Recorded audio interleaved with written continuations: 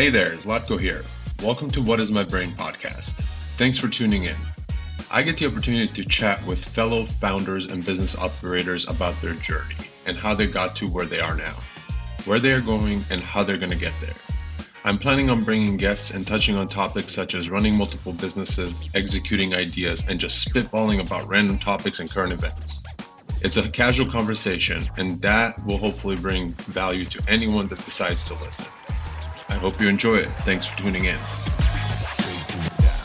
Awesome. Tom, thanks for jumping on. Like I said right before that, I'm just going to let you kind of introduce yourself, what you do. Again, thanks for reaching out, wanting to be on the podcast. Like I said, I'm just kind of getting people on here that are starting side businesses, side hustles, building shit, just the good old stuff. So, yeah. But yeah, let me know kind of your background, what you're working on and all that good stuff, man. Yeah, cool, man. Well, thanks for having me, Zlatko. My name is Tom Butorac or Butorac, depending on where you are in the world. A little bit about my background. I work in tech. I'm a product manager for a large corporation. I've had a decent career. I did some consulting for a while. I did it for about 7 or 8 years. And then I switched over to tech and I haven't looked back. I mean, I've just loved every second that I've been here. Worked for a couple of big companies, had a really good time, worked at a startup. And yeah, right now I am, in addition to working as a product manager at this other job, I have 2 kids. They're both under 2. So my daughter is 19 months old and my son is 6 months old. So I'm exhausted for one, but super happy, loving most of it. Right. But it's really good. Yeah. And on the side, I started a startup. I'm running a startup. I launched an app and how it came about was my wife and I had our first child, like I said, during COVID. So we were during lockdowns. This was August 2020.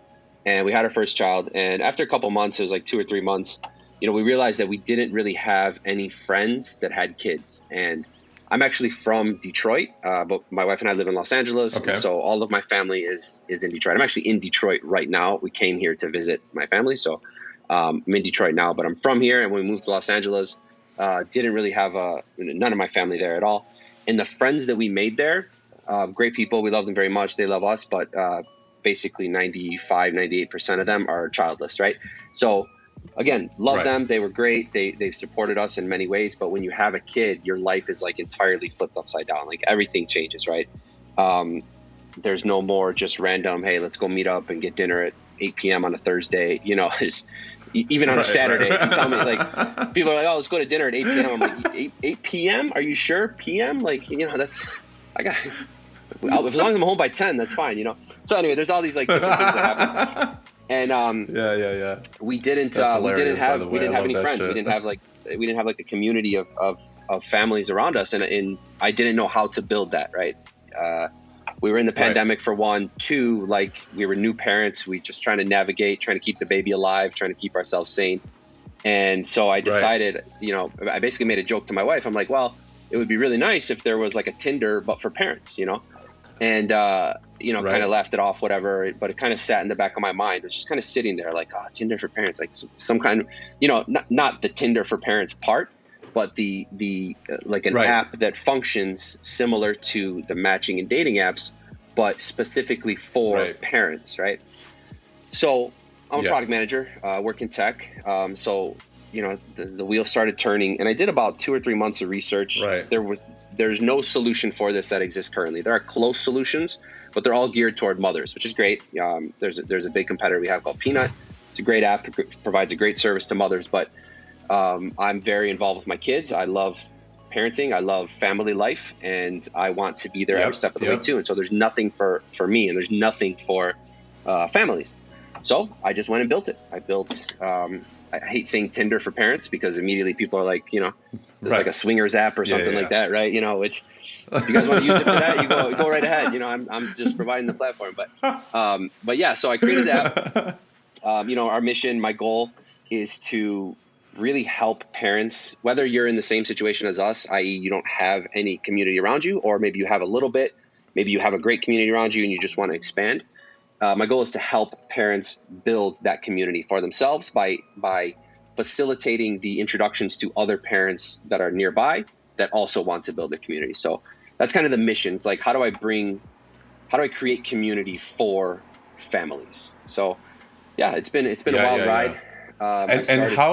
And a question for you, how are you kind of working on like matching that up with like, are they interest based? Like, is it like make kids into sports, or like how are you basing the kind of the matching piece of this to make sure that you're going out and like hanging out or creating a community with people that are sort of like-minded? I mean, obviously you don't want to be around people that are thinking the same shit as you, but like, you know, kids have something in common or whatever that might be. Yeah. Yeah. Great question. And it's something that I'll say is going to evolve over time. So what I've done is we launched September 2021. We launched September 18th, 2021. And we launched the MVP. Is that only on iOS and it's Android? It's only on iOS, or? Yeah. So I'll step back real quick. A big part of this is I'm bootstrapped, or I'm paying for all this myself, right? So like when it comes time to develop stuff, you kind of have to make trade-offs, right? So no disrespect to my Android people out there. You know, we love you, we want you, but I have an iPhone, so I went with developing on iPhone. So we're on iOS. We will get on Android when I can get a little bit more money for it. But we launched, and so my goal was just kind of like, let's throw something out there and see how people use it and see what they want and see what they like. And then we kind of evolve, right? That's the standard kind of software development cycle. You put it out there, you get feedback, you iterate, you know, blah, blah, blah, right? So the way I created it initially was we are not actually doing any matching. I don't want to get in any trouble here, but I kind of looked to the other dating apps for how to design this, and I created this. I used the kind of dual matching system, so like swipe right, swipe left kind of thing. So that's how we're designed right now. So essentially, you log into the app and you see other parents that are nearby you, and you like them, you swipe right. You don't like them, you swipe left, and there's a match. You get matched. So the matching is actually on the users themselves to do it. We do have room for listing your interests, listing, you know, where you live, listing your job, posting pictures and stuff like that. So the idea is you see another family, you look at what they like, and then you decide that you want to be friends with them, and you swipe, and hopefully they swipe back.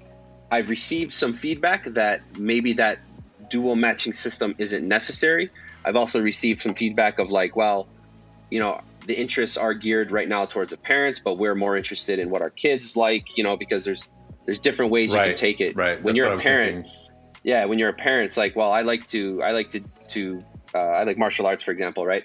I love Muay Thai, I love boxing, jiu-jitsu, stuff like that. But my kids don't. So what do I care if like another family does per se? All right. Or maybe I do, and maybe my kids don't. So each family is going to have their own interests and their own like what they're looking for. And so I've got to try to tailor the product to that. And so we're still in that kind of MVP phase of figuring all that stuff out. And I've got some additional work planned. And just because I have an app that does tool rental between two people, kind of the same mechanism, like, hey, I want to rent your tools.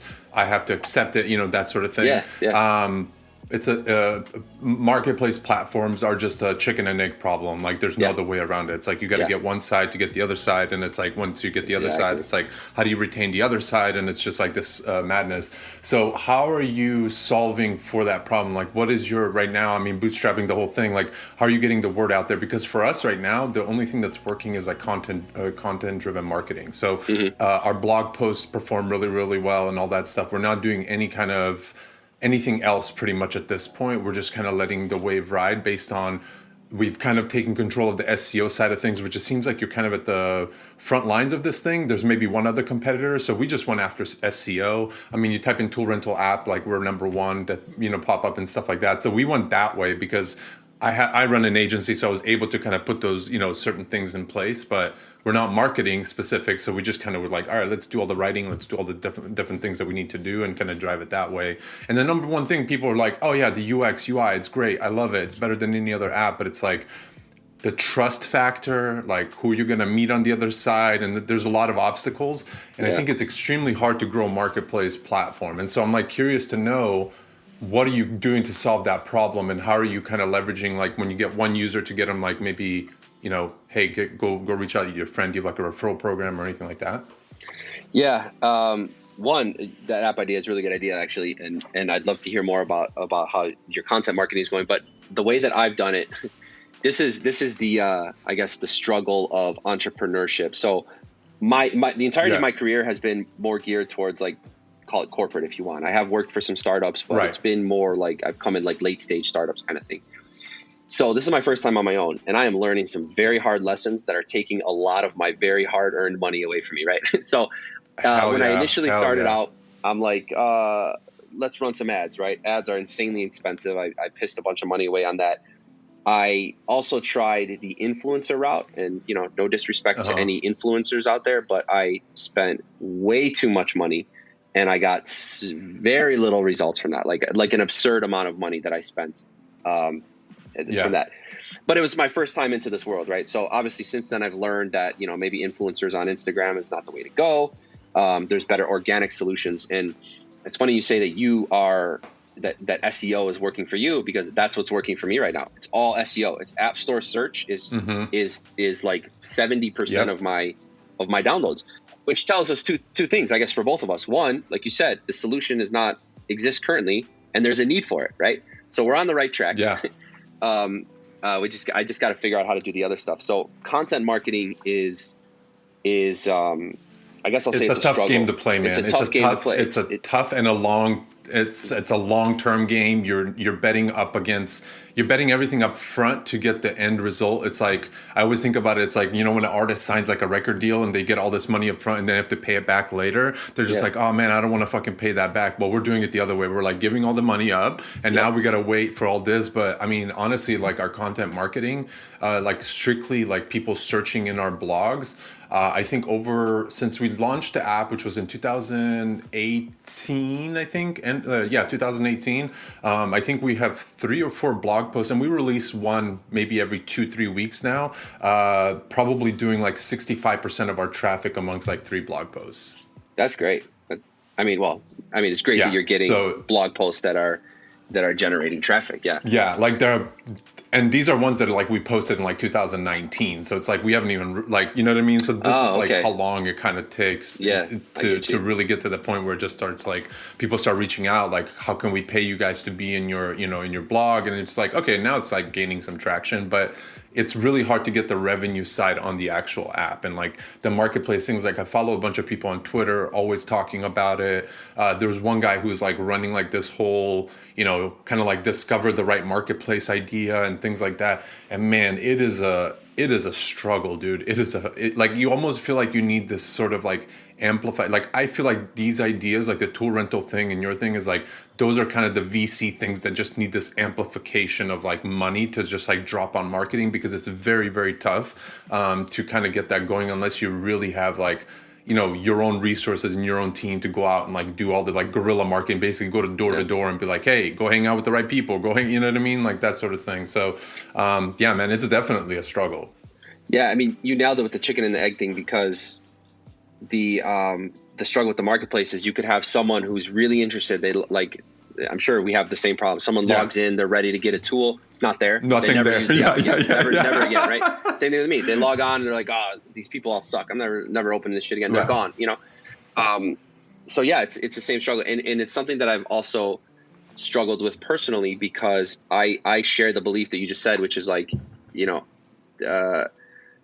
because our problem, like, how do I say this?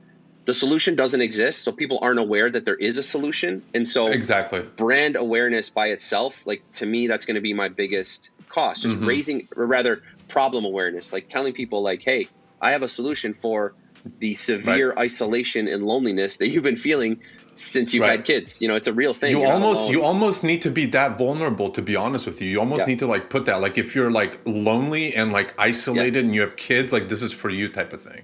Yeah, and that's the messaging that I'm working on, is using those call them trigger words if you want, or power words. I can't remember what the proper marketing term is. But like you said, like you kind of need to just pump money into it and send it out there, and like you, I keep hearing all the stuff of, well, you gotta just get the word out there, et cetera, which I'm doing. But it's hard to really cut through all of the noise that exists in social media, to get that message across. I started my Instagram path with the app. I started to I tried going the funny route, because that's kind of what I was seeing a lot of. Like and there's a lot of really funny parenting content. Everyone's kind of commiserating together and complaining about how kids are always throwing up on your shirts and stuff like that, right? And so I tried that route too, and I didn't really have a lot of success. So it tells me, one of two things. One, I'm not funny at all, which is certainly very possible. Two, there's just so much other funny content that's out there with accounts that have 200, 300, 400,000 followers, and Instagram is prioritizing them because they're getting so many likes and so much attention. So, it could be, again, I'm perfectly humble to say, yes, my content was shit, no problem, right? But at the same time, I really believe that it's very difficult to cut through all that noise. So I've been trying to figure out other things. And actually, you're talking about blogs. I actually have thought about starting a blog now, focused on being a father. There's not a lot of stuff out there for dads. Moms, plenty, mom community groups, mom blogs. And again, all that stuff is great. And as a father, I read those too, but there's not like a lot of dad blogs and I should say meaningful dad blogs, that talk about a lot of the struggles of being a father and stuff like that. So I'm going to try to go down that path, but man, it's a lot of fucking work, dude. It is a lot of time. You got to write the blog post. Then it's like, I got to post it on Twitter. Then I got to post the highlights on Instagram, and then I got to make a TikTok, and then, this, that, and the other, I got to do all this fun stuff. So yeah, I got some work ahead Tom, of me.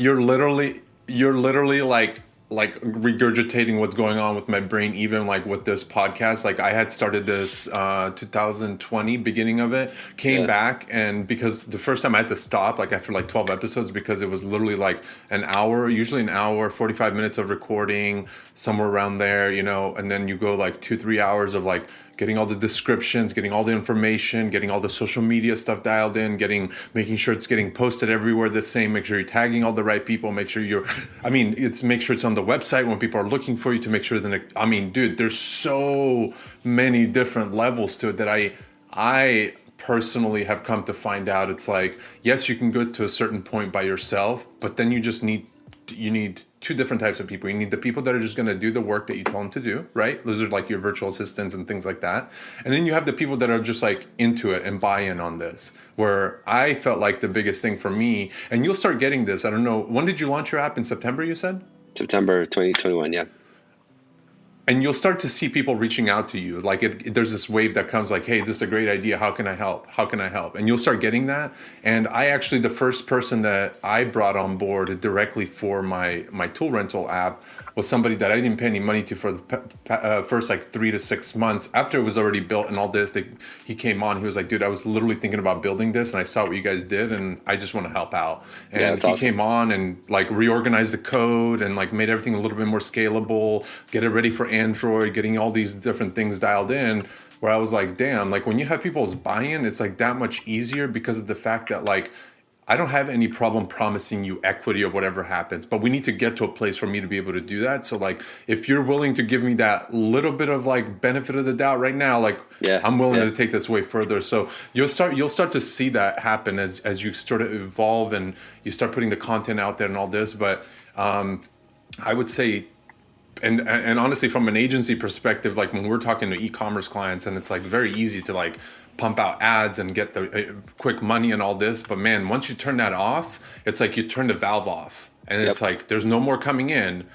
And then the content is what's like always going to be there until you decide to take it down. So it's like if you have that blog post that's performing really well, I mean, that's going to go a long way. You could start testing things on there, changing things on there, adding different products on there, adding different, whatever it is. And you can continue to reuse that. And it's never going away until you decide to. So that's the problem I have with ads. And that's why we've never ran it for like the tool rental thing, because it's just, I think it's a right move. I think it's a good move, but I think it's also a very like short term, like dopamine hit. And then if you don't get enough people, I mean, there's fucking tools everywhere, right? Like, so I can't just like focus on like California, like Sacramento, that's the whole thing. So it's complex, dude. And I think a team goes a long way when you get stuck in the situation. And I actually hired my first marketing person who helped me like basically rewrite all the content on the app and everything like that. So it was extremely beneficial.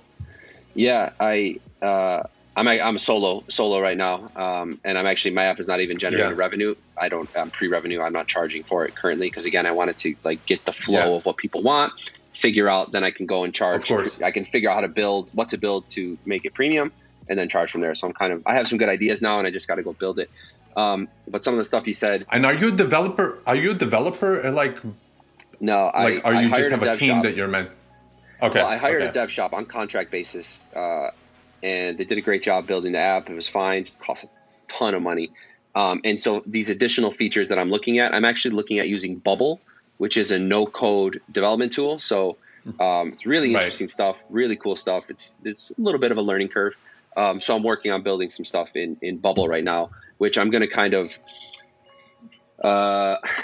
of hack my way into revenue. Is kind of what I want to say. So basically, the features I'm going to build will not exist inside of the app, but so something I've been reading about recently, and this is kind of a segue into this, is you have your app and call it your main project.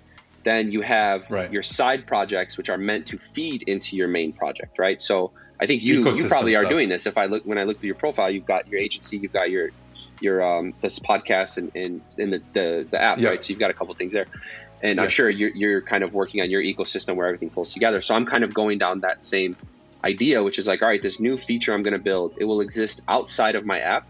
And the goal is to kind of use that as a new marketing tool to drive people to the app itself. Right. So I'm going to be working on that, which I'm pretty excited about. So that's your overall, like your big lead magnet that's going to get people to be like, oh, what the hell is this app?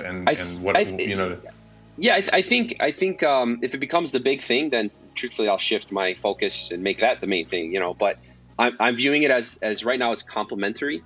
So I guess just to clarify a little more, there's no reason to keep it secret, but one of the biggest struggles that parents face, and probably people in general, is it's one thing to say, yeah, we should go out this weekend. Yeah, let's plan whatever. Then nobody takes the lead and nothing happens, or it's a pain in the ass because you've got 6 different group chats, or 2 people, maybe you don't want to share their phone numbers, their emails and stuff like that. So the no-code Bubble tool that I'm developing is, to be quite honest, it's similar to like Discord or Slack, where it's meant to be like I guess like a chat room. We're almost coming full circle back to chat rooms, I guess. But the way I'm designing it is to facilitate meetups. So like planning an event, and I actually am going through this right now with my cousins and my brother and sister while I'm here in town. We're trying to plan a day, and you get all these random texts. Oh, I can't do 4/16. I can't do this day. Oh, we've got the nobody's taking the lead, whatever. So the way I'm trying to design this is like, it's a chat room, group chat, which you can just send a link and you're invited. So you don't have to worry about getting email addresses or sharing a phone number or email address with people that don't want it. And then there's going to be like a functionality for like making it easier to pick a date and time and place. So I'm building all this stuff.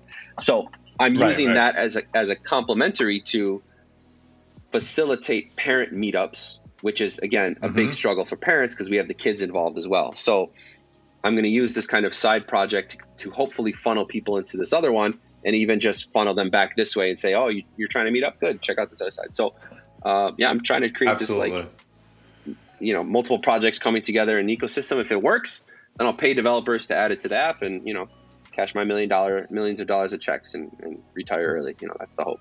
And I'm gonna give you another idea that I think it's that I haven't seen out there that I think you should use as a potential funnel. I think a lot of parents, and this is just me talking to friends that we have that are parents, and you could probably agree or disagree.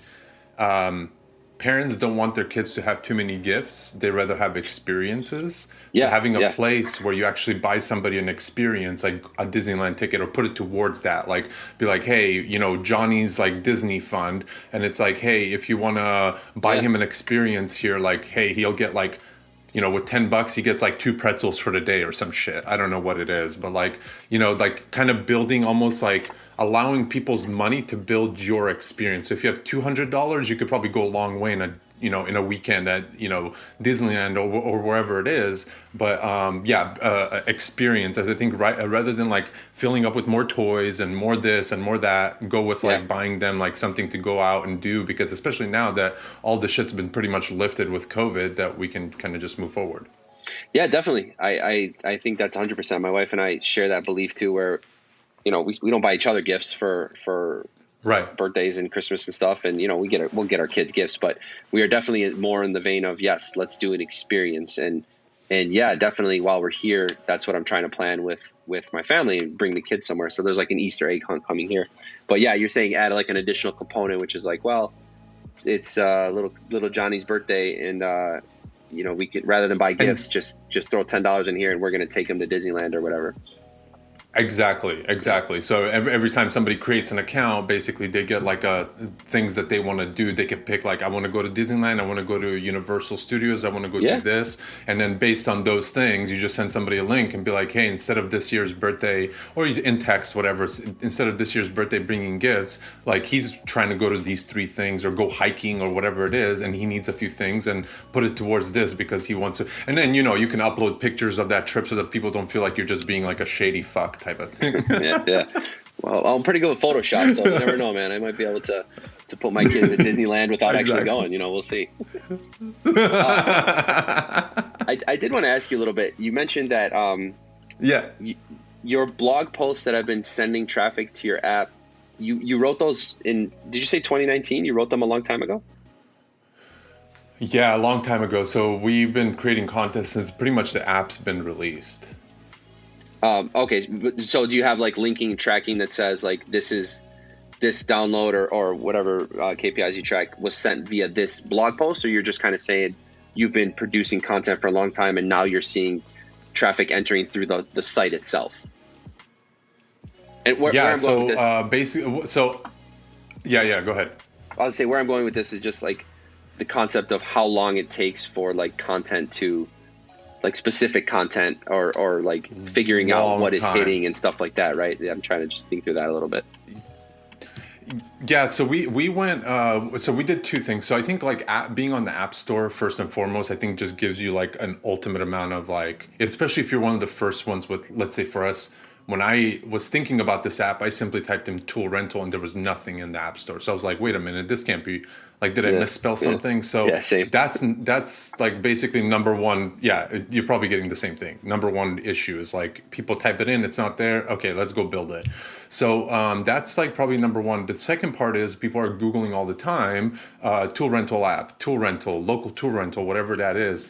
And for the time that we started delivering content, which was I want to say it was the beginning of 2019 is when we kind of hit hit a lot of the little points. We started really driving, just basically touching on tool rental, DIY projects, everything in that surrounding sort of house of like tool rental and using tools. I mean, we have one that's simply about like the top, like I think 20 or something, or top 100 or top 50 Airbnbs in the US that were, built in a certain way or whatever it is that was more DIY style. So we just did like relevant content to like get people to simply value that content for its own, and then being like, oh shit, Spirit Tools, wait, what? Like, because we really focus on that brand awareness at the same time. So those 2 kind of things really hit together really well. And for us, I get probably, I don't want to say every day, but probably every other day, some sort of like, hey, I'd like to write for your blog, or hey, I'd love to like do something for the app, or hey, that sort of thing. So people are just like responding, and it's all coming, like we can track that, but like it's all coming from the blog post, and we can see overall traffic, right? We can see, and then like on the website we have like our UTM tracking where it's like, oh, if they hit this button and they leave the page, then we know they came through and they went and downloaded it or whatever. So Apple doesn't give you too much like the privacy stuff nowadays, especially, so you don't know exactly like how many people, but as long as they go to the page, it's pretty easy to know that they downloaded or not downloaded after you see all the numbers at the end of the week. Yeah, I gotta admit, I fell into the trap of like, oh, I created this great product, and it's gonna take off, to the top as soon as I post 3 posts about it. And man, if I can, absolutely not, like you get 4 likes, 5 likes, right? Yeah. And it just, it did get frustrating, it got disheartening in a lot of ways, to the point where even now I'm struggling to like get over that hump of like, just put it out there. Don't worry about the likes for now, because it's cumulative in a way, right? It's like sooner or later you're going to get someone's going to get that message sooner or later, right? Just put it out there. So I'm even now I'm still struggling with that. I still have that constant, that like fear of like screaming into the ether, into the abyss, right? It's like nobody's listening to me. It Exactly. feels like that. So I've been trying to like psych myself to get over that, you know? I think there's I mean, you probably notice this more than anything, is like there is room for that like dad content. So for you to really drive here's what I would really focus on, rather than building what you're building on bubble, and I don't think that's a bad idea necessarily. I would actually go the other way and spend that time, build whatever features you need to build, anything that you need to build on the app, expand it to the next, like, platform or whatever it might be. But I think you should go about like really becoming the solution for those people that are searching for that content, on Twitter, whether it's like parenting related from a dad perspective. And I think the way you leverage that across different mediums, like I think TikTok for you is going to be a game changer. And I think you need to just almost like run like a very quick survey, like ads, where you just, I don't know, spend, I don't know, $500,000, whatever it might be. And you're just like, I'm literally looking for just like somebody to give me a yes or a no, and be like, are you having trouble, finding other parents that are, whatever the phrasing you want to use. And from that, you can get the information to be like, oh, this is how many people said yes, and this is how many people said no. And then you could kind of start twirling the ads in that sense. I think TikTok, because the way I look at it is like human behavior is like kids will see that shit, and if it's catchy or whatever it is, and parents are on TikTok now too. Yep.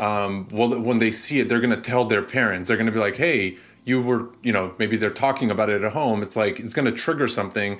If it fits the right parent, it's going to trigger something in the kid to be like, hey, mom, like you can just go on this website and find somebody that we can go meet up with or something like that. So I would start even like there, man. I think that can actually really, really help you, especially I think between content and creating really that content on Twitter and becoming sort of the person that's like, I don't want to say you have to be like the dad of fucking Twitter, but that'd be kind of cool too, right? Like great, man. having Yeah. that perspective of like, hey, as a parent, these are the things I'm going through every day, and just document the shit that your kids are saying, the shit that they're doing, what you're realizing, what's the problem when you go meet up with parents, and start building that framework. Because at the end of the day, when people look at you and they look at your company and then they see your Twitter, then they're going to be like, oh shit, this guy's been doing this for a while. There's something here. And then it's going to be that much, more effective, I think. So that's one thing that I've personally been like struggling with on my end with like newsletters and different things, is that I'm not a writer at the end of the day. But I know when I do write, like whenever it is like by hand or mostly on the laptop,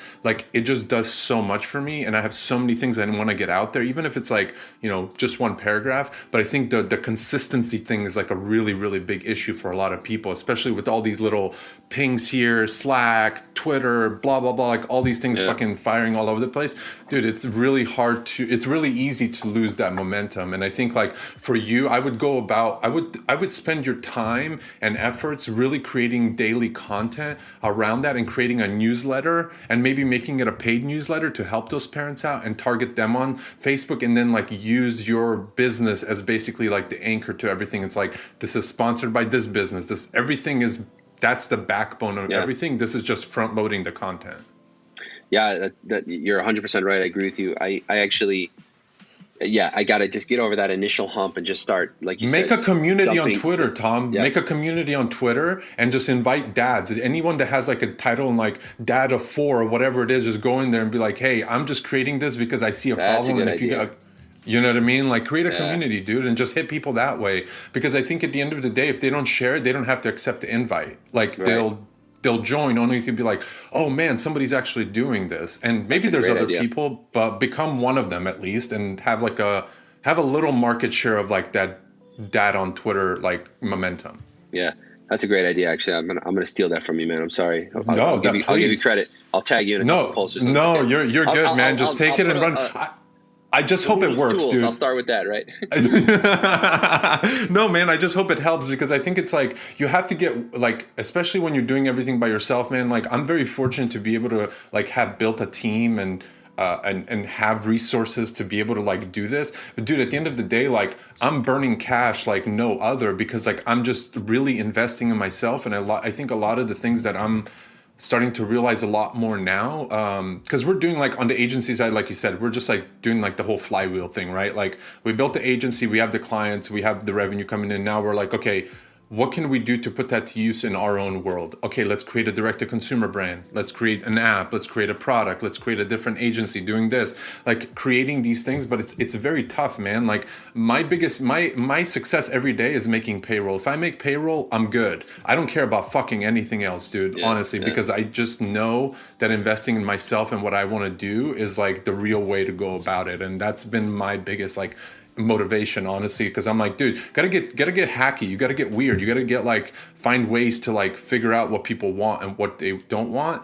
And you're a project manager, so I want to touch on this really quickly because like I think for us, it's always like stay organized, do this, do that, make sure things are moving along and all this. Dude, Twitter and all this shit out there is like the wild, wild west, dude. None of that stuff works. None of it works, dude. It's crazy to think about, but like all of that shit goes out the window and you just got to go out there and start like hitting swings and hopefully you hit one little home run or you get to first base and then you're like, okay, got here. Let me get to the next one and next one and next one. And then you'll just start to figure out what the solution is because it's tough, dude. It's fucking tough. Yeah, dude, I realized you're 100% right. Agree 100%. I realized that, I came into this whole entrepreneur thing with timelines in my mind. Yeah, I kind of had the project manager mindset. I'm going to do this. And then in 6 months, I'm going to go after VC funding. And then in 5 years, I'm going to sell it for $500 million, right? Right, of course. And it reminds me, the parallels are with raising kids. I mean, you go into parenting. Of course. And really with anything. I mean, there's so many parallels to a lot of things, but the lesson for what you just said, and like it registered with me recently because I've been watching. My daughter is finally starting to, not finally, I shouldn't say, but she's starting to do things that we've been like pumping into her like a lot, right? You know what I'm saying? Like I'm choosing my words very poorly, but playing the long game is the way to go, right? Step by step by step. And it's just, dude, it's like training a dog. It's like training. I'm doing the same exact thing with my dog, dude. Yeah. Exactly. Yeah.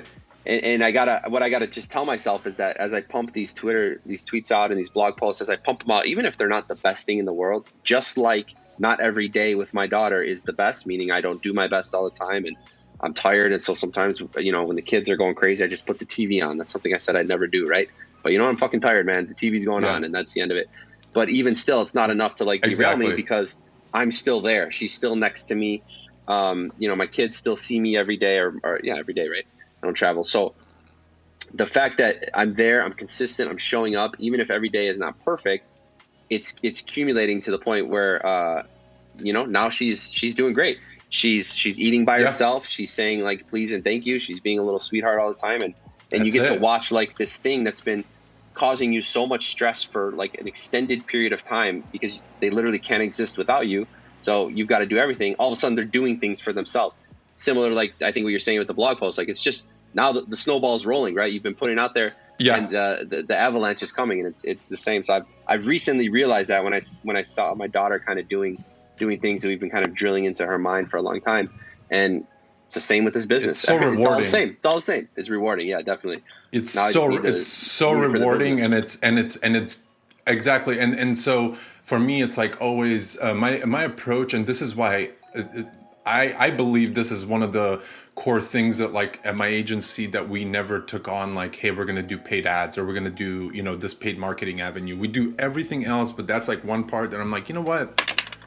There's a lot more at stake there because that's like an engine. When you throw your money, you can fine tune it, you can make all the right moves, but at the end of the day, unless you really are focused and that's your full-time job, like you don't go down that route because it's a lot of money. It's like, I mean, our clients are like, spending so much money. I mean, we have clients spending like $2,000 to $3,000 a day, if not more, just on like Facebook ads. And it's like that gets really fucking expensive when you add up a whole month. You know what I mean?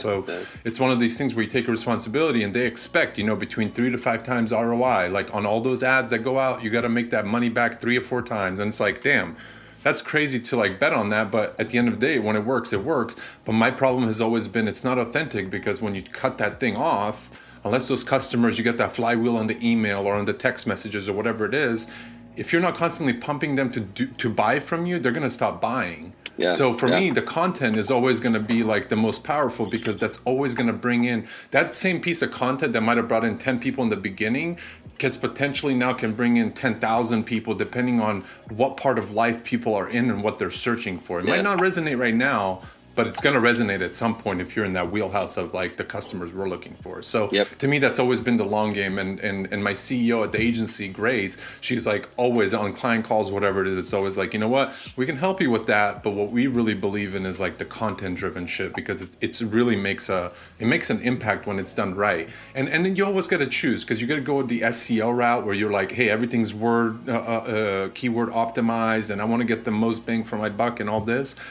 But I think there's also something to say about like character, right? Like being funny in those blog posts and not always chasing like the SEO like thing. Like have people organically be like, dude, this is one of the best things I've read, and there's maybe no SEO keywords, but like those are the kind of things you could throw in there when you start building up that momentum and building up that engine. So the consistency, I think that's one thing that's like been on my wall for the past 2 years, is like just being consistent with absolutely everything that I do. And it's really, really tough, man. Like you wake up and you just feel like shit and you're like, I got to put this out today. God, you know what I mean? Like it's tough, dude. It's tough, but I've been, I have a podcast for you to listen to that'll get you like motivated in this like mind frame.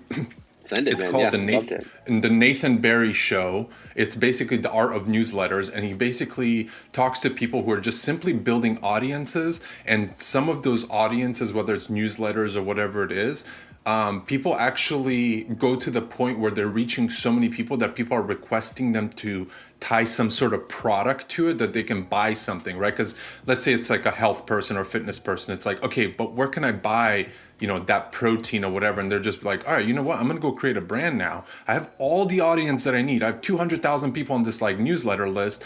If I drop anything right now, and if I convert even 2% of those people, and I'm probably going to convert way more than that because they listen to me and they read my shit all the time. Let's say I convert 5% of that. That's a nice little like bump in, like revenue and dopamine and all these other things to just keep you going.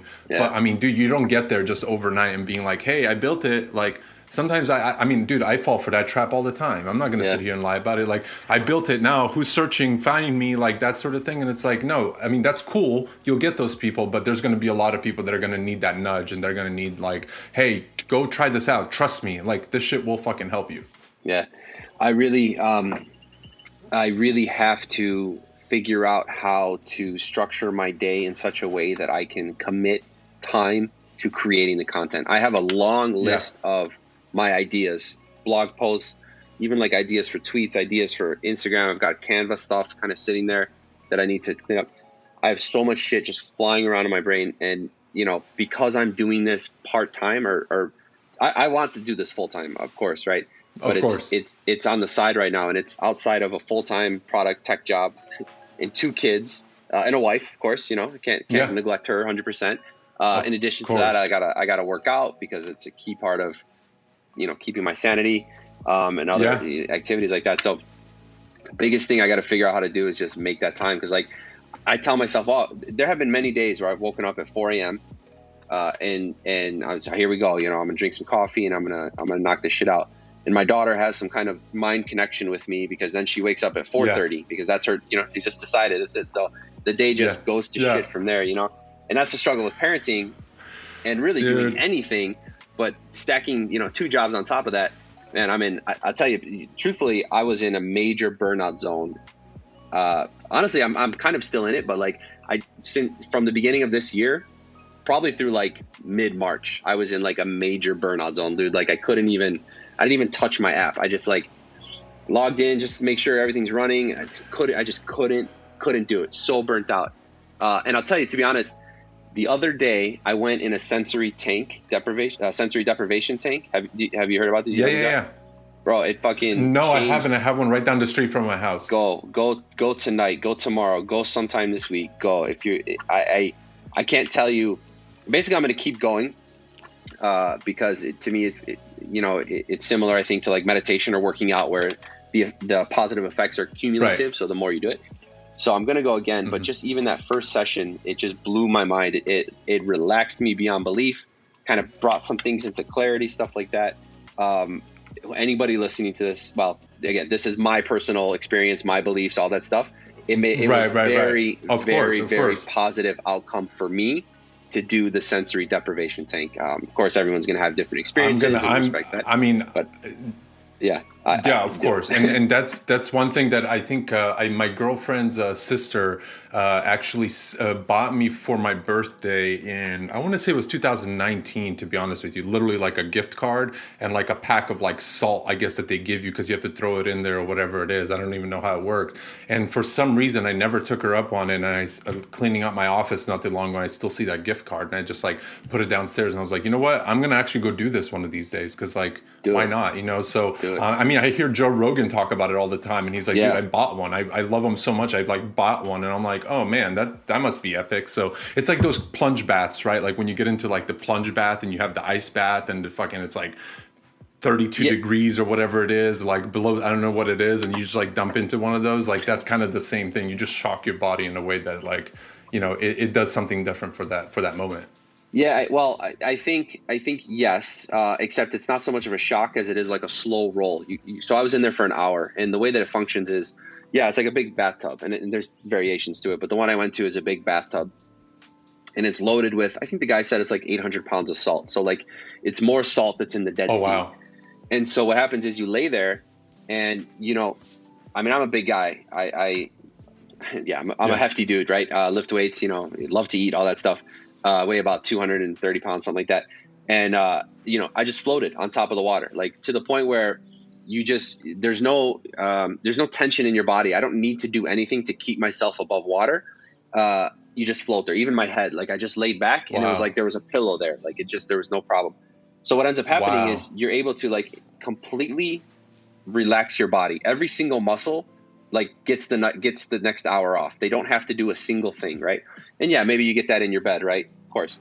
But the difference is when you're in this salt water, like after some period of time, because there's no concept of time in there because all of your senses are deprived, you don't even know where your skin ends and where the water begins. Like you become entirely submerged into this tub of water, and you literally lose the sense of touch. Like I'm talking everything. Like you don't feel anything. You become like this little blob that exists in the water. There's no sound. There's no light. You can't tell if your eyes are open or closed. There was several times where I had to kind of go fast to see like where my eyelids were. And like so I've tried to meditate in the past because my mind is I have a very active mind, and so like I tried to meditate, never could do it. Same. I just got distracted and I struggled to keep the focus. Well, here it's like there's no choice. You don't have a choice. You have literally nothing else to do but lay there. And so after again extended period of time, the guy at the front desk says usually like 10 to 15 minutes, but I don't even know what it was. You zone out, and I started to see like colors. Like there was like purple and pink kind of flashing across my eyes. I didn't see any hallucinations or anything like that, but yeah, it was just this surreal experience where my brain was just like, it became so like agitated, and then it just, because it couldn't do anything else. There was nothing. You've never had that before. I've never had it before. I've always had stimulation of, you know, phone's right here. It's literally right here. I'm struggling to resist even looking at it for no reason. Right. And there was a point when I was in there, I was like, I need my phone. I felt a little anxiety, just let it ride a little bit, and it went away. And when I walked out of there, man, I was in like a fucking dream state, dude. I was just like floating on a cloud, you know, just walking. The guy's like, how was it? I'm like, you know, like, you know, and so I like nothing I've ever felt, you know, like I like to drink, you know, that's my own personal thing. I like to smoke weed, again, my own personal thing. Can't speak for what other people do, but that's my thing. And I enjoy it. Yeah. But this was a whole nother level of just like what it did to my mind, just put it in a completely different place. And so, yes, I recommend it. Yeah, no, I definitely. Yeah, definitely. That it's like I said, it's been on my list, and no, I absolutely love that. I think we all need to. I mean, I had to in I want to say it was December, maybe November. I had to take like a whole week, and I just literally took my dog in my truck and went down to like Pismo Beach, and I was in the dunes down there. Yeah. Just did nothing, didn't bring my computer, didn't have anything. I literally had my iPad to do some writing if like something came to mind, and just to like write things down or things that are in my brain or ideas that come about or whatever it is. But yeah, it was really, really interesting. And then like I came back and I was like so refreshed. And then my girlfriend and I kind of did the same thing between like the week of like Christmas and like New Year's. We both were like, you know what? She took her day off work. I was just like, you know what, guys, I'm disconnecting for this week until the new year. And literally the entire week we were in like robes and doing puzzles and drinking tea, and that was literally it, dude. Like didn't think about anything, just watched a bunch of shows, just did mindless things, and just like lay on the floor for no reason, like things that were just like non-existent to me in my everyday life, because I'm like over here like, oh, I have to do this person needs me here, this, you know what I mean? It's like always this stimulation, like you said. I mean, I have to literally use my like do not disturb to not look at my phone, so it's not like popping off every time you know I get a text or whatever it is. So it's definitely awesome to be able to do that. To me, I have a hard time meditating. Like that's like one thing that it goes one through those cycles of like I'm there for 10 minutes and I feel like, is it done yet? Like what do I do now? Yeah, like you're looking at the go clock through the stage and I wish I could. So tough, and like I listen to people all the time. I know. No, I was going to say that's exactly what I was. I'm always very envious of people that are just like, oh yeah, I sit there for like an hour. I'm like, an hour? Like what? I can't even do 10 minutes. Like when I get to like minute 5, I'm like, is it done yet? What do I do? I need to go do something. Was my phone on? Like, oh man, it's so messed up, dude. It's so messed up. Yeah, I've always wished that I could, because I've always loved to watch. I love anime and I love watching like ninja and samurai shit. And they meditate for so long, and then they're like super strong and they can, zip, it's super fast. And so I've always been like, oh yeah, I'm going to start meditating so that I can achieve that state of speed. Obviously never fucking works, obviously, but I've always been wanting to do it. I've always wanted to be a ninja, and meditation, that's the only thing keeping me from doing it. But I've never been able to do it, but this sensory deprivation tank, I think it did it. So I'm gonna go back and try to do it again and see. It's my hope that I do it a few times, and then awesome. Maybe I can train my brain to be like, all right, look, we're not in the tank, but remember you did it, so let's try it again. Maybe at a level here. So. It's possible. Like it's possible. We can do this on our own now. We can do it. Yeah, exactly. No, that's awesome. And let me ask you. So, how long have you been a product manager, and how did you get into that piece? Into that side of the business in terms of tech? Did you just never want to be a developer? Because that was my thing. I was a project manager, and I just was like, development is just not for me. Like I'm just not doing this. I was in consulting, and I was doing project management, and I met. I've been doing. So I have my black belt in Krav Maga out here in Los Angeles at a gym, and I was at a Krav Maga gym, and there was a lot of people coming, and this one guy, he and I started becoming friends, and he said he worked for this company in tech. And I told him that I was doing project management, and what I was doing specifically was I was kind of running a data and analytics organization within a consulting firm. So we weren't like super sophisticated in terms of the tech we used. It was actually really rudimentary, a lot of Excel spreadsheets, a lot of things like that. But like a lot of the general concepts were there. So we were just talking about it, and he said he had an opening at his company for a program management job for data engineering and analytics. And I was in way over my fucking head, man. I was like, yeah, I'll do it. Typical, just like I can do anything kind of mindset, which has served me well, but is also extremely stressful, because I remember, I was able to, so I did a ton of research ahead of the time, and I went into the interviews, and I was able, I think, to make it sound like I knew what I was talking about, even though I had no idea. And then I get there like on the first day, and half of my time was spent Googling words that people were saying, because I had no idea what any of the stuff was, So that's how I got into it. I was as a program manager, and my career has kind of evolved as I was doing that more. I don't really, basically after a while, I don't like project management. Well, let me clarify that. I don't like corporate project management where it's like a lot of overhead, and it's like you have to produce this exact report, and et cetera, et cetera. I like the concept of moving projects along, but just within PMO orgs, within like Agile and Scrum and stuff like that, the overhead can just get painful to me. I'd rather be building something. I'd rather be creating value rather than kind of pushing something along. Not to say that those jobs are not valuable. Like, yes, they're needed, but they're like peanuts compared to like what you can do by yourself, basically. Yeah, and what I saw was there's like the product org. They were like the rock stars, right? I mean, they were the ones creating the shit. Like they're the ones who do it. So I'm like, oh, that's what I want to do. And it took a while for me to get into product itself. Just because like waiting for openings and things like that. And everyone kept saying, oh, you've got great project management experience, go do that. It's like, no, man, I want product. So anyway, I got into it. Long story short, I got into it. And I've been enjoying it, and it served me well enough that I could go and create this app with, to be honest, not that much difficulty. It really was not that difficult. Marketing it is a fucking, as we've been talking about, that's the difficult. Yeah. Creating the app itself, the research needed, even the UI UX design, like I did pay a designer, but I did all the wireframes. I was like, it's got to look like this. Here's the flow, the workflow of this, and this. I wrote up all the stories for my developers. I did all that stuff. I just didn't write the code, and I didn't do like I did the initial design, but I didn't finish it. So yeah, it turns out I'm naturally good at it, and so it's what I love doing, and it's I'm really glad that I was able to pivot into my career. I really like building shit. That's kind of what I learned.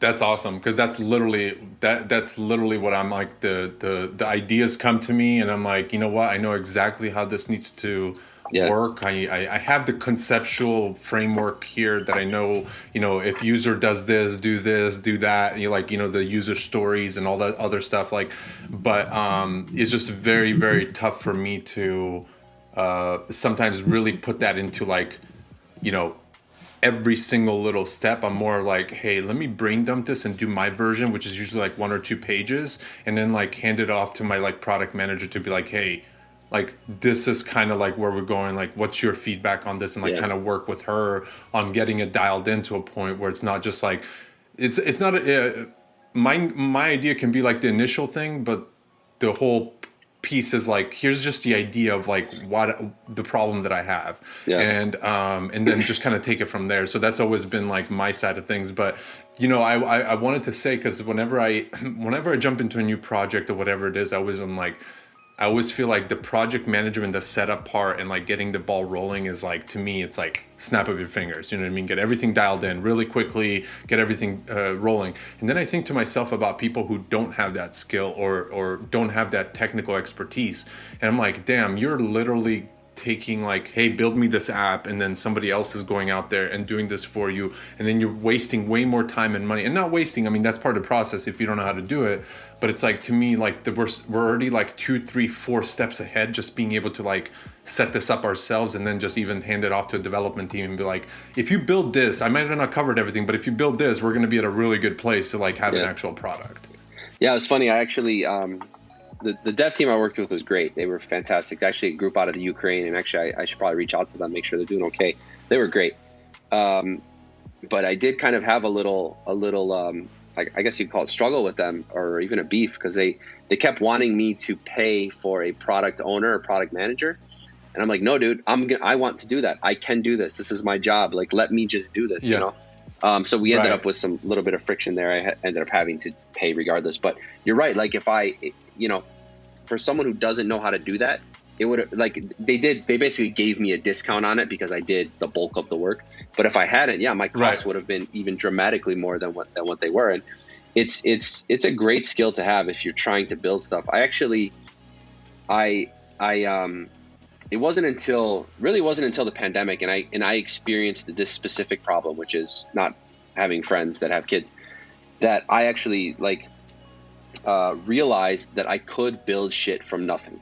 I was always doing it in a corporate capacity, but the ideas are similar to what you said. Somebody came and said, hey, we've got to do this, figure it out. And okay, fine. But they gave me the first idea, the roadmap, all that stuff.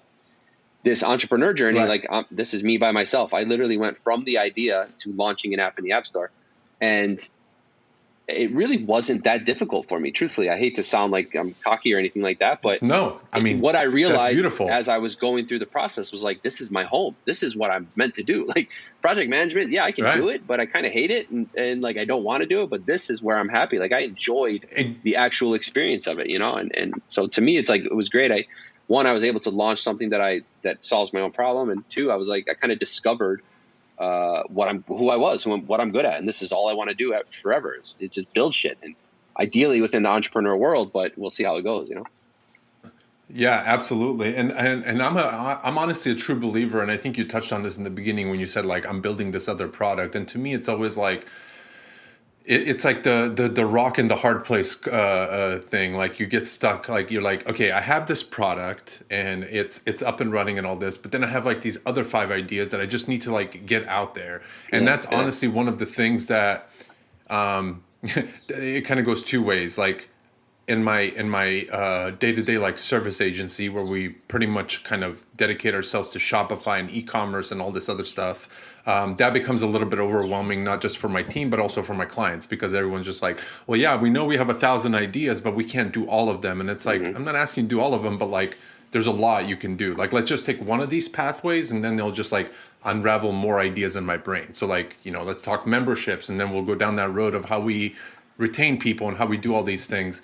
And it kind of got to a point where it was just like if a client asked me like, what would you do in this situation? I'm like, oh, thank you. Like, let me write you up a whole book right now really quickly type of thing. But that's kind of where I had to like figure out myself a little bit more too. I went through a little bit more of a phase, even like, talking way more on the phone than I really had to, or whatever it is, like just kind of like brain dumping so much on people. And it was just like, whoa, dude, you need to like slow the fuck down. And I kind of came to realize, well, I'm like, you know what? I don't really need to slow down. I just need to not be in this environment. Like I need to take myself out of this because it's not for me in the sense of like what I can be creatively effective. Right now I'm just being a salesperson, I'm being a business owner, I'm not being a creative. And I like being able to throw my ideas at the wall and go like tap into the back end side of things. Like let's figure out if this is even doable. Like how do we monetize this? What are some, like it allows me to explore. And I'm not the person that sits there and does research, dude. Like I'm one of those people that I'm like, dude, you can create this for 5 cents. Like, okay, cool. Like let's take that and let's just run and go start creating something.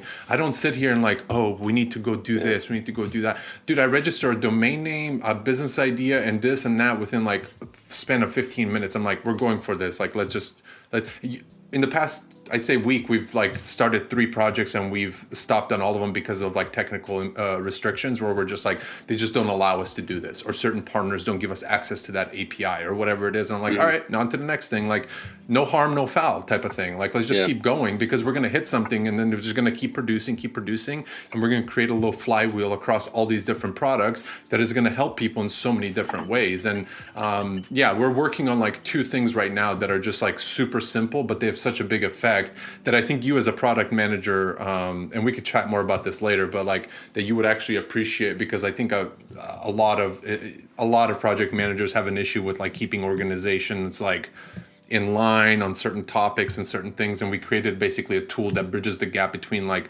fragmented conversations and all the tools that you like have out there, like the Slacks, the Asanas, the Jiras, all these other things. Like this tool is basically like the medium ground that like all the information kind of gets tied into this like timeline format. So you can always go back and reference to like, conversations or tools or tasks or whatever else it is. It's really cool. I'll send you an invite.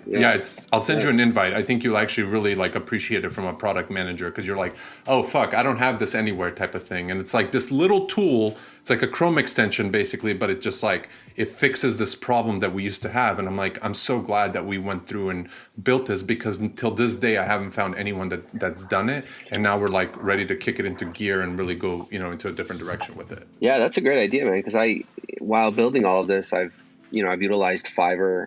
I have Slack conversations. I have emails. I have Trello stuff that I've done. I did stuff in Miro, blah, blah, blah. So yeah, I'm on Notion now, but even just remembering where all my shit is can kind of be a hassle sometimes. Yeah. So yeah, that sounds like a really cool thing, especially making it chronological, which is always one of the big things too, right? Like, when did you say that? Because I got into some stuff with the dev guys, and again, great people, but we had some disputes about what was said at certain times, and so I had to comb through my Slack, and I'm like, there it is. I did say it, Dude, that's literally like, you just touched the perfect point on that entire problem. That's literally the problem that we had on the service side of the business. Yeah, it's on the service side of the business, because somebody was like, no, you guys said you guys were going to build this page for us. And we're like, no, we didn't even put that into the proposal. And it's like, no, it wasn't in an email. And it's like, whose email? Like, we have 5 people touching this conversation right now. You know what I mean? So anyways, and it was just one of these things where, yeah, man, I'll send it to you. And I think you're going to be like, dude, this is sick. And hopefully you'll think it's sick, and we're expanding the product right now to like have a little bit more of the features that I kind of, setting up like project templates and different things like that. But it's like one source of truth, basically. That's like really what it comes down to. Yeah, and that's desperately needed. Like at my company, like we use Confluence, but we also use like other tools. Like there's Quip, there's Box, there's Dropbox, there's like all this Slack messages, blah blah blah, and you can't remember who said what and where and stuff like that. So even corporations could use this thing. That's great. And what you've been saying, as you've been talking, it's got me thinking about some like of the journeys that I've been going through mentally with this entrepreneur thing, because going back to something you said earlier, it's kind of been sticking in my head. It's kind of funny. You were like, and it's sticking in my head because it's like, fuck, this guy's right. You're like, don't focus on this new project. Instead, spend your time on marketing, right? And so what I've experienced since I began going down this entrepreneur journey is like, especially once the app was released, I was like, I can't fucking believe this. I created something and now it's in the App Store. So now my mind is just everywhere else. What else can I create? What else can I create? What else can I create? And, and I'm almost neglecting the marketing for my baby, my first baby, because like now my brain is just, well, I can solve this problem.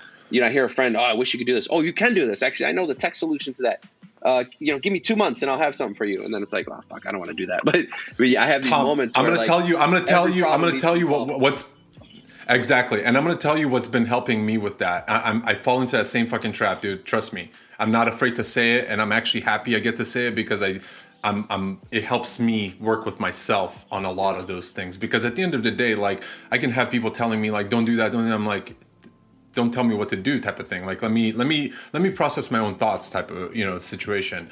But I think at that point is where I take a step back as a project manager, and you just look at it and then you're like, okay, how do I now do these multiple things without breaking one or the other and going the other way? And what I came to figure out is that, and again, very different because I run an agency and, all these other things, but like, for me, it's been, okay, this is going to be a focus, like this whole timeline thing that we're doing. Okay, this is going to be a focus. We need to dedicate one person, at least part-time to start with. It doesn't need to be the full-time person, just to simply focus every breathing minute that they're on like this team and they're bringing value and they're getting paid for their time. I need them to just basically start like doing things around marketing here, because that allows me to amplify it, hopefully at some point, or continue to like do my version of it. There needs to be a standard like product version of it, meaning like, we have the social stuff going on, consistency there, like building that consistency on multiple levels. I think for me, what I came to realize, it's like I needed to like rediscover what my true value is. And my true value is knowing how to delegate and when to delegate. And I think that's been the biggest learning lesson for me over the past years. Like all these ideas pop off and I'm like, you know what? I need people to first hold me accountable for those ideas and say, you said this and we're going to build it and we're going to go and build it.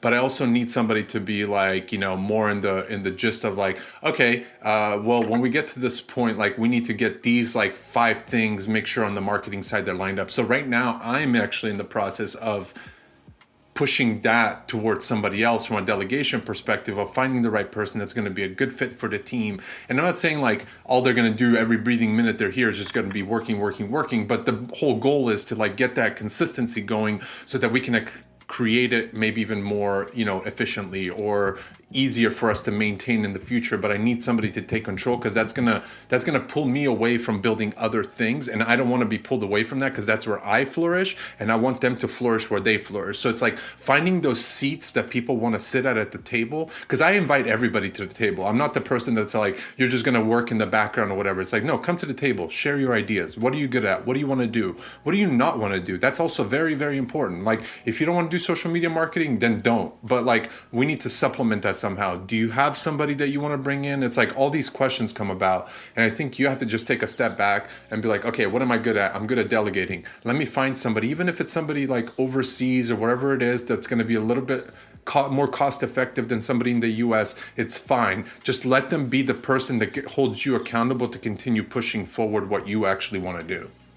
So that's great. And it's something I've been kicking around in my head, just like do I hire somebody to do every CEO, something? every founder needs somebody to hold them accountable for the things that, because that's the reason we're in the position that we are, right? It's like, I came up with one idea, I pushed through it, I created it, it's doing well. Now I can kind of continue to do that. But at the same time, it's like there's also additional things you have to do every day. I mean, there's legal shit, there's taxes. You're not going to get time to do everything you want to do. And I don't want to fall behind. So like, let me put my money where my mouth is. If I really believe in this product, let me bring the right people on board to push this forward. And then we can work together on kind of like amplifying different things. So did you say you hire onshore or offshore? You're hiring these resources to kind of, I mean, in my case, I would be hiring for marketing probably. Are you using like virtual assistants, or like what's your method for getting that done? Honestly, I've had a lot of luck with Upwork. Some of the best people I've ever hired have been through Upwork, and I don't know if that's just simply, I don't know what the reasoning for that is. I think Upwork does have a strong talent pool, but I think it's also targeting the right people. Like, not just leaving that job post open for anybody to apply, but like making the job post and then going and inviting people individually and being like, hey, I saw that you did this. Like, I really need that. Be very specific. Invite the few five, but give them a personal note to be like, this is why I'm inviting you, because I feel like you would fit this bill of what I exactly need. Honestly, the Grace, who's the CEO at Taco, that's literally how I found her on Upwork, was that I posted something. I was like, I need somebody to help me market my agency and this product I'm building, which is the tool rental app. And she came in, started helping me with that, grew into a creative director role, grew into a CEO at the company now, dude. Like, it's crazy. Yeah. And it's been like 3.5, 4 years. So it's one of those things where it's like, I give people all the autonomy that they are willing to take on and the ownership. But I think for me, like, the biggest thing that's hit is like hiring the right people in those little areas, because I'm a proponent of having a lot of mini teams doing multiple things rather than like having like one project and everybody's on one project, because it just gets kind of tedious and boring at times. And I don't want to be like the guy that walks in and is like constantly like slouching around. Like, I want to be excited about shit, and I get excited about like building new stuff and improving and all that stuff. So so you I guess my biggest thing with that is, how much money is this going to cost me, right? Especially with bootstrapping, especially with 2 kids and all that stuff. So can you give me any indication of how much you spend on that? Or if you can't, it's totally cool. But I'm just curious, like, what do you allocate for something like that? Like a part-time kind of thing, you know? Honestly, I would say you're probably part-time, probably looking to spend 40 to 50 grand a year on that person. Like probably part-time, maybe a little bit more, like in the 25 to 30 hour range type of thing. You'll be probably looking to spend that. So I'd say like, the $35 to $40 an hour kind of gap is probably where you'll get somebody that's going to be able to push things forward. You could probably find 2 lower end people that are going to kind of work together with each other, maybe a lower cost. But then again, you're giving yourself that power of like, now I need to manage 2 people instead of 1. And like, you have to kind of take the trade-offs, because to me, the biggest like key word that I've been trying to hit on is like ownership and proactivity. And for me, like, if you can't be proactive and like solve problems before they become some sort of big problem, then that's like a big issue, because I don't want to micromanage. That's the biggest thing for me. Like, I don't like micromanaging. I don't like overlooking people's shoulders. Like, I just want people to be in a position of power and be able to like move forward and make their own calls. And if they fuck up, dude, it's like, no one's going to like come down with a hammer on you. You know what I mean? Yep. Yeah. I wish I could spend 40, 50 grand on a part-time person. I do not have that in my budget, unfortunately. I was looking at like some virtual assistants in like offshore to help with like one very specific thing. And some of the budgets for that was like $700-800 a month. And I was like, okay, yeah, maybe I can swing that. But I don't think I would get the value. Right. Or I certainly wouldn't get the value out of somebody who's 40, 50 grand. But I don't even know if I would get the value out of what I wanted from it for that amount of money. And then it's a question of, am I just pissing money away for nothing? You know, that sort of thing. So. Yeah, I think the other thing is to go kind of based off of interest and creating maybe some of these like local meetups and seeing the people that are maybe there's other people that have full-time jobs and they're like, dude, this is a really great idea. You may have to give up some equity. You may have to give up some sort of like retention, give them a retention agreement of some sort and say, hey, listen, like if this goes anywhere, as long as you stick with us and you're like, part of the day-to-day thing, like we'll allocate, 10% of, whatever the company ends up being or whatever it might be.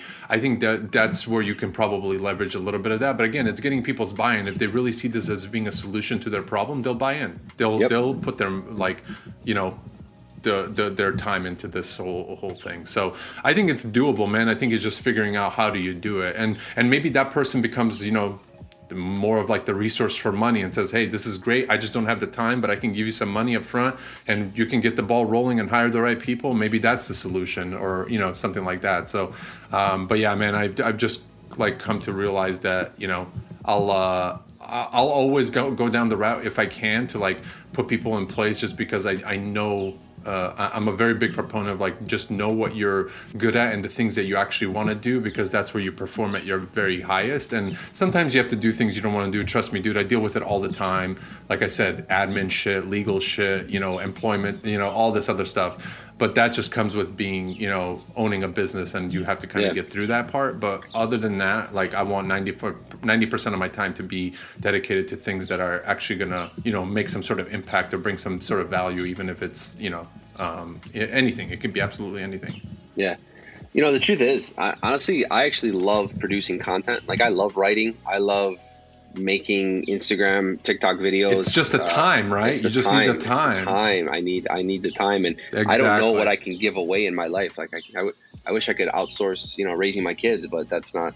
I don't think. Well, people do that, I guess, and I suppose it can work, but it's not something that I'm gonna be willing to. Well, I guess I do in a way when I send them to daycare, but the big thing is I work this other job, which I enjoy the other job, but it's what's paying the bills right now, and so I need it. If I didn't need to pay the bills, then I would be 100% on this. And start creating content, man. I got to just start creating content, because I'm on the same wheelhouse. We can hold each other accountable too, dude. Like, just hit me up. Be like, hey, I wrote this fucking thing. Like, let's just like teamwork it, because honestly, man, like I think we all struggle with that, and I think it'll be crazy to sit here and me tell you like I just like sit here and bust out a bunch of content all the time. No, like the things that I can do, they'll come to me in these like spurts, and they'll just be like 15 things at once, and I'm like, man, I just had like the best moment. How to get in more of these moments, and then it just goes away, and it just goes away, and it lingers away, and then you just wait for it again, or you just try to like kind of force it out of yourself, and you go and maybe even like have a little drink. You might have to do this, you might that whole thing, but sometimes it's just timing, dude.